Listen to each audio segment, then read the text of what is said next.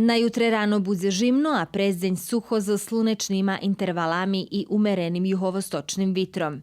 Vozdušni pritisok bude nad normalu. Minimalni temperaturi od -1 u Zombore po 6 u Veršcu, a maksimalni od 12 po 14 stupnji. Na pijatok rano bude žimno, mestami so slabim mrazom i možljivu molhu, a prezdeň suho so slunečnýma intervalami.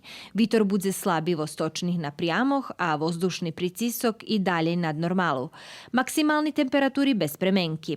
Na sobotu suho so žimnim ranom i slunečnýma intervalami, prezdeň i bez značnejših premenkoh temperaturi. Na nedjelju premeljivo pohmarene i suho, a na ponzelog možljivi dišć na juhozahodze i juhu Srbiji, jak i u Timotskej krajini so spadom temperaturi i slabim šnjihom na horoh. Na voutorog i stredu bude žimnejše so zmocnjenim juhovostočnim vitrom u Košavskim području, ktorý dodatno zvekša čustvo nižšej temperaturi.